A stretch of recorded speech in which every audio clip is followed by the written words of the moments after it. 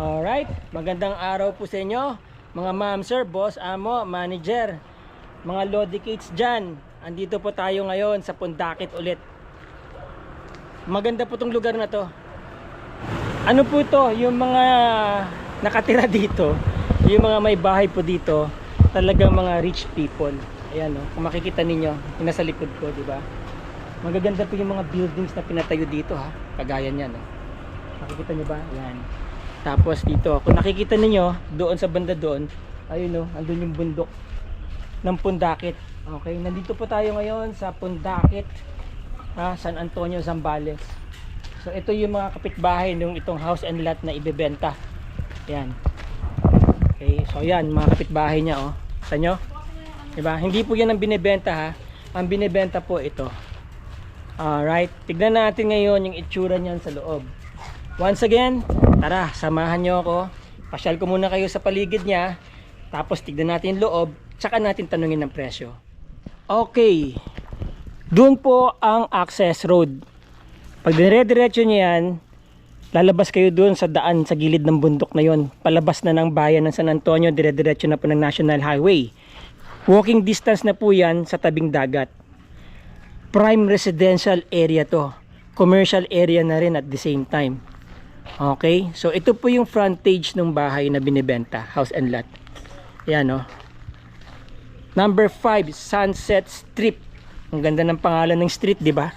Sunset Strip. Ang frontage niya siguro mga nasa 5, 10, 15, 20, 25, 30. Mga 35 meters ang frontage niya. Ito yung pinakagarahe ng sasakyan. So pwede nyong iwanan yung sasakyan nyo dito. Ayan o. Ngayon meron po yung roll up. Ito yung gilid ng garahe. Ayan. Okay. So ayan. So ayan, may pinto dito. Papasok. Pagpasok nyo, yun ang garden. Diba? Ang ganda ng lugar na to. May swimming pool doon. Ito ang front yard nyo. Nice, ganda. Ito ang facade ng building, gawa sa bato. Ayan no, ang ganda. 100 square meters yung lot. Tapos tingin ko itong building siguro ang na-occupy na floor area nito ay around 300 square meters. Kung di ako nagkakamali. Check natin. Tanungin natin mamaya kung meron silang information nun. So, pagpasok nyo dito, dyan yung garahe, yan yung gilid nya, garden, ano, ang ganda. Hindi nyo na kailangan magtanim mo, alagaan nyo na lang yung mga halaman. Ikot muna tayo sa paligid ng building. Kita nyo naman yung building, ang ganda oh. Diba? Very intricate yung design nya. Yung mga bato na yan, ang hirap isalansan yan, no? Tapos, dragon din ang bantay sa pinto, o dalawa pa. Yan. Maganda pa po ang kisame ha. Perfect ang condition niya. Okay, ayun. Nakita niyo yung backdrop ng bundok. Ang ganda no. Yan ang backdrop ng bundok. Tapos meron sila dito parang maliit na bodega. Okay. Yan. May poso dito. Mataas ang fence. Oh. Hindi ka basta-basta makakapasok diyan dahil ang tulis niyan. Merong shower area dito. 'Di ba? Nasa labas na, hot shower pa. Saan ka pa? Oh. Tapos nandito yung source ng tubig. Deep well. Malaki ang tangke ha, malaki ang motor. Palagay ko Goulds to. Goulds nga, Goulds pump. Yan, Goulds. Matibay na klase yan, subok na yan. Kahit na mga 30 years tumatagal po yan. Oh, ito may sarili siyang breaker. 'Di ba? Alright, ikot na tayo. Ito yung likod ng building. Okay pa naman ang mga kisame sa taas. Palagay ko ano yan, Hardiflex ang ginamit nila dyan. Tapos mayroong gate dito. Ano, may heater dito. Hindi ko lang alam kung saan papunta yung heater na yan, pero definitely heater yan, di ba? Tapos meron ding isa pang source ng tubig dito, ayan no, tangke. So, iba yun doon, iba yun dito. So, kumbaga safe na safe yung inyong supply ng tubig, no? And then merong gate dito, pinaka-stop niya. Oh, doon tayo galing. Aircon. Naka-grill. Pwede mag-stack ng kahoy dito. Ayan o. Bubong. Pang bonfire siguro. Dalawa satellite dish. May gate ulit dito. Ayan. Poke, di ba? May gate doon, may gate dito. Pasok dito, nakalak. Okay. So tatawid ako dito mga kabutsawas. Okay. Yan. Di ba? Nakalak eh. So paglabas nyo dyan, merong ihawan dito. Yun, no? Tapos meron siyang range hood. Ba yan? O parang chimney. Para yung usok, di ba, nandyan lang. Yun. Hindi, pero ang purpose pala nito, para siguro pagka umuulan, hindi nababasa yung iniihaw nyo. Ayan. O tama, may kahoy dyan, may mga kahoy dyan. So pwede pa kayo mag-imbak ng mga uling dyan. Yung mga bagay na ayaw nyo mabasa. So ito yung ano, yung pinaka walling dito sa area na to. No? Oh. Bato yata to na kinat eh. So merong bougainvillea dito. Merong Nara tree to. Ayan, dito. May mesa. May bar. Tapos ano to?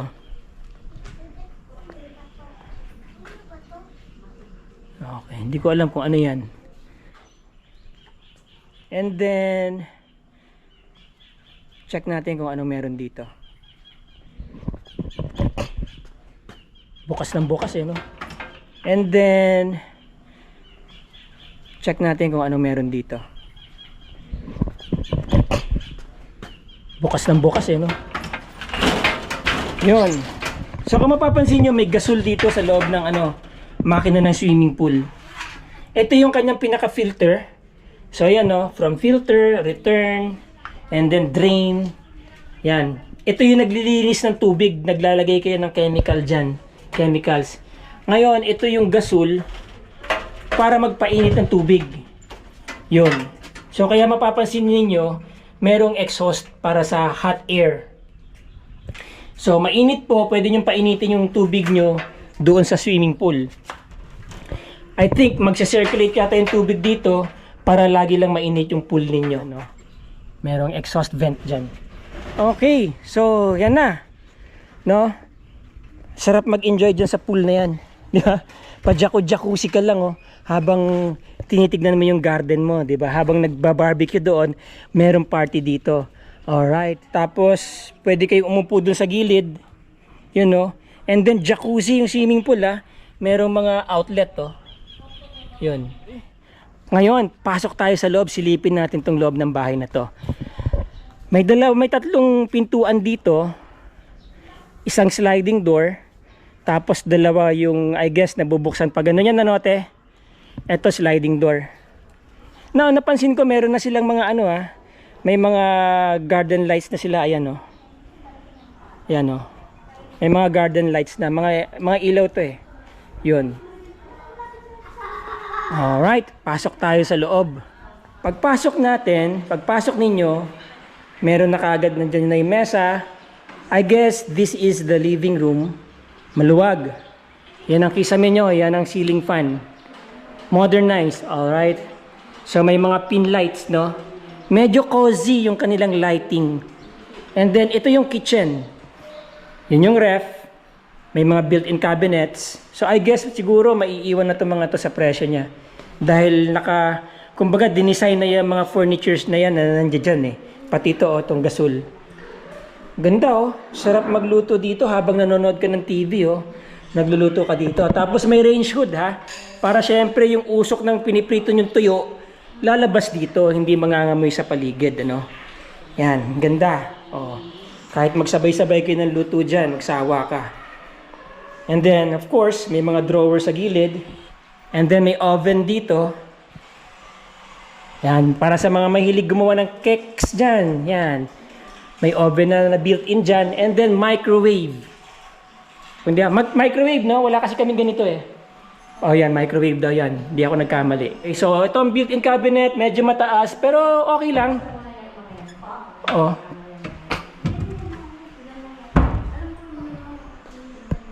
Yan.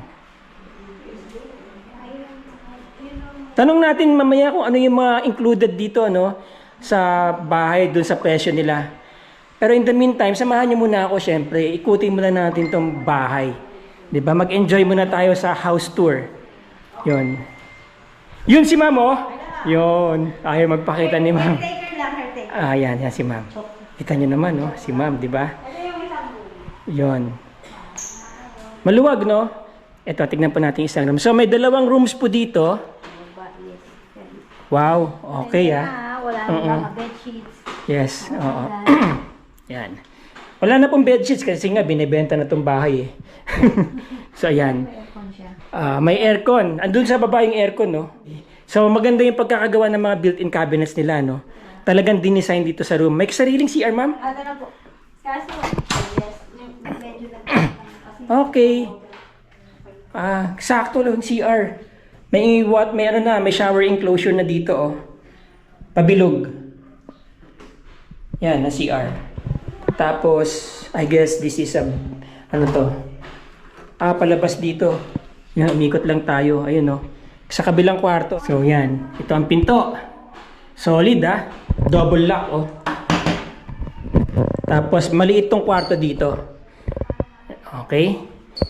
And then, sana ang hagdan, ang papasok sa taas. Ito. low.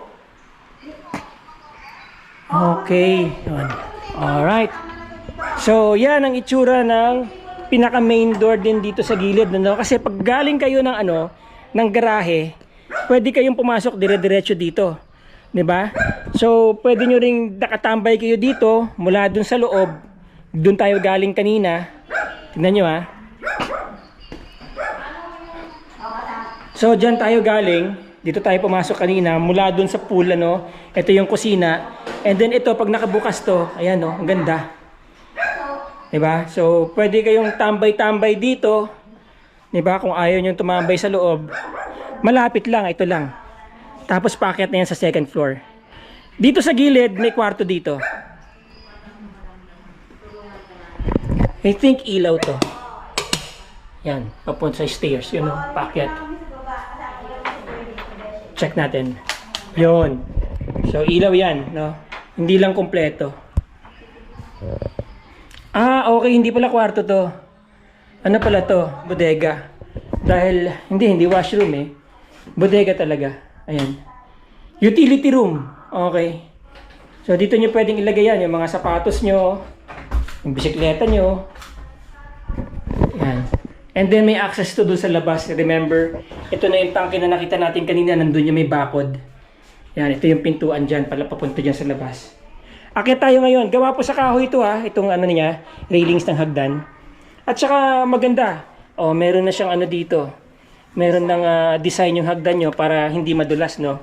Kung maski maalanganin yung tapak nyo, medyo, di ba, hindi kayo madudulas.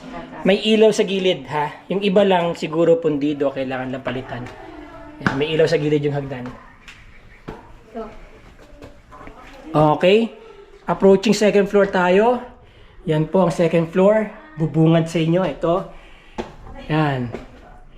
Yung mga ceiling fan niya. Ito po yung kitchen sa second, bar. Sa second floor, may bar dito na maliit, oh. Coffee bar. Yan. Tapos yung mga wines nyo dito nakalagay. Meron personal ref dyan. Ayun, naka-design for personal ref. Tapos may mga cabinets dito, lababo. Okay? Mga downlights. And then dito merong yan, may window dito. Ayan, oh. Kita niyo yung bundok. Ayun, oh, 'di ba? Lalo na pag lumabas tayo mamaya. So ito yung kabuuan ng living room dito sa second floor. Okay, unfortunately hindi natin mapasok yung dalawang room. Pero sabi sa akin, ayan daw yung master's bedroom. Meron daw pong jacuzzi ang CR diyan. So most probably maganda rin talaga ang pagkakagawa ng CR. So ayan ang pintuan nila, oh. Nakaukit, no, yung design. Oh. Ganda. Solid ha. Mukhang handcrafted yan. Hindi makina ang gumawa niyan. Oh. Ang ganda ng pintuan. Tapos dito napansin ko yung pader naka-concave. Ano? Tingnan nyo dito sa gilid oh. Naka-concave yung pader. Ha? Ayan oh. Naka-ano siya, naka-gano, naka-concave. Okay, nakasunod dito sa lining na yan, yung pader.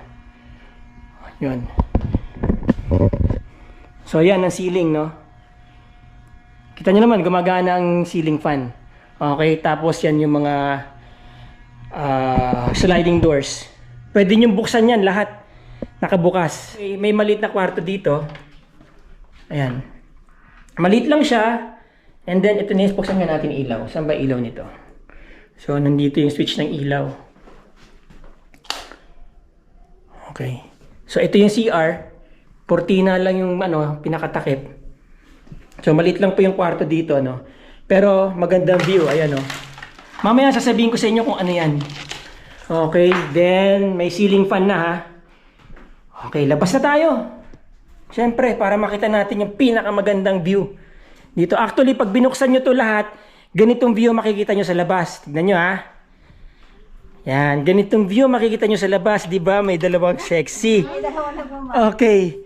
Dito muna tayo sa kabilang dulo, sa kaliwa, no? Para makita ninyo yung bakod. Yan. Yun na po yung dagat. Nandyan ang sunset. 2 minutes walk, nandyan na po kayo sa dagat. Tapos dito may project pa dito oh. I think ano to, gagawing private subdivision. Hanggang dun no. So nilagyan na nila ng mga kalsada. Ayan oh. May mga nilalagay nilang kalsada, tapos meron na rin buong sementadong ano dito, kalsada papunta doon palabas. Yung kasi yung bundok na nakikita nyo doon yung palabas ng Pundakit, tapos papunta na ng National Highway. About 10 to 15 minutes, no? Tapos yan, no? Yan yung mga view dito. Ang ganda ng bundok. Grabe. Ano po yan? Sea turtle. Pawikan. Alam nyo kung bakit? Diyan po kasi nangingitlog yung mga pawikan. Along that shoreline. Hanggang doon yan sa amin, doon sa Kabanggan. Diyan nangingitlog yung mga pawikan. At yung mga pawikan na yan, kung saan sila nag-crack, saan sila nag-hatch, doon din sila bumabalik para sila naman ang mangitlog. Kaya dapat inaalagaan niya mga pawikan na yan. Napaka-importanting part po yan ng ating ecosystem. So ayan no, kita nyo, ang ganda ng bundok, di ba?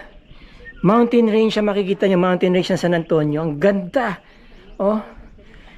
So ito yung, diyan tayo galing kanina. Yun. So ayan no, si ate at saka si ate. Di ba? Ate, enjoy mo na yung view. Alam mo kung bakit? Bakit? Bakit, sir? Mabibenta na to eh. Kapag nabenta na to, hindi ka na makakapunta dito dahil iba na may-ari nito, di ba? Enjoy mo na yung view, magpakuha ka na ng picture dyan. May ganun. Oo, may ganun talaga. Ayan, ang ganda oh. Eto mga kabutsawals, nabenta na yan, nabili na yan, sabi sa akin. Tapos makikita nyo may isa pang building doon, mga rich guys talaga mga nandito. Tapos may meron na naman bagong construction doon oh. Okay?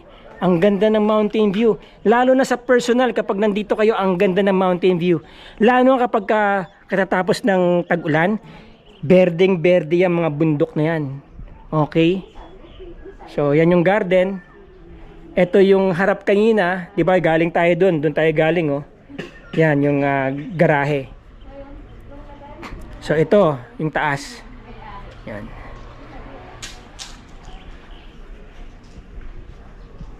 Well, ano lang, wala tong salamin, ano lang to, ano bang tawag dito, cable.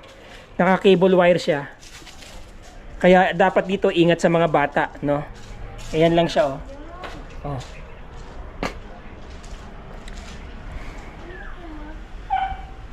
Yan ang dingding, ito yung pinaka-flooring niya. May design, no? Parang rough ang dating niya pero ang ganda. Oh. Mga pato siguro 'yan, no? Na tinapyas. Tapos yun ang pinaka palitada niya. All right. Ang ganda. Yun, no? Bago pa ang kisame, ha? Oh, yan yung swimming pool, di ba? May jacuzzi, pwedeng parang hot spring. Tapos nakaupo lang kayo sa gilid. Nakalagay yung inyong mga bottles of beer dyan sa gilid, oh, habang nag-iihaw doon. Ayan, doon. Di ba? So, ito na, yung pinakakwarto ng master's bedroom. Okay, hanggang dyan na lang siya. Tapos dito, ayan, may bayawak. Oh, may silhouette ng bayawak. Di ba? Bayawak yan. Hindi naman butiki yan, di ba? Ang laki-laki naman butiki niyan. Pero bayawak yan, I'm sure. Okay. There you go, mga kabutsawals. Punta na tayo sa presyo. Pero pakita ko muna sa inyo yung view dito. Ayan yung bundok, oh. Di ba? Imagine niyo sa personal, ano yan, napakalapit niyan. Parang ang lapit, pero actually malapit yung bundok na yan dito. Ayan, oh.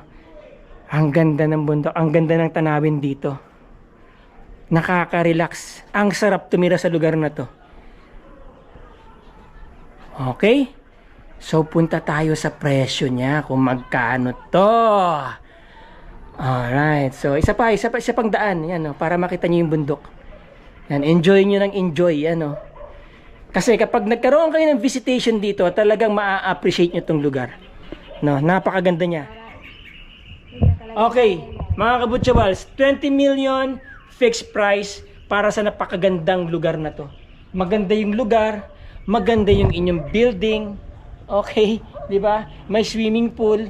Pupunta kayo dito, titira na lang kayo. Okay, lalamanan nyo na lang yung ref. Kasama ba yung ref? O yun, kasama yung ref. Okay, lalamanan nyo na lang yung ref. Eh, ano pa yung mga kasama sa loob? Yung sa baba, wala na pong tatanggalin doon. Wala nang tatanggalin sa baba. Dito sa taas, hindi ko alam eh. Hindi mo pa alam. Hindi pa po. Okay, anyway mga kabutsawals, nakita nyo naman yung laman sa loob, kung anong laman dyan sa may sala. Hindi lang natin nakita yung room. So bahala na kayo, siguro yun yung mga pwede nyo nating yun yung mga pwede nyong i-negotiate sa owner.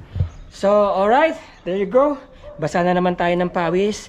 Again, maraming salamat po sa inyo. Sana nagustuhan nyo itong presentation natin ngayon. At napakaganda talaga ng lugar. Sa mga interesado dyan, magmadali kayo. Nandyan lang po yung aking contact details. Mura na po ito sa 20 million. Titled po ang property, di ba? Yes po. Ang signatory, sino po? Sino yung pipirma sa deed of sale?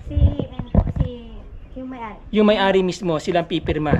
Okay? So, clean title, updated po ang tax. Yes po. Updated ang tax. So, usually naman, di naman magpapatayo ng ganitong kagandang bahay dito kung malabo ang titulo eh. So, mura na po yan sa 20 million.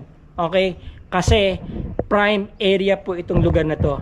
Prime tourist area po ang Pundakit. So, go ahead, get in touch. And dun po sa mga gusto magpa-vlog ng kanilang mga properties, no? Feel free to get in touch. Dito lang muna tayo sa Zambales. Okay? Maraming salamat po. Maraming salamat sa mga bagong viewers, sa mga bagong subscribers. I hope na nag-enjoy kayo sa presentation na to. Maraming salamat mula sa aking puso.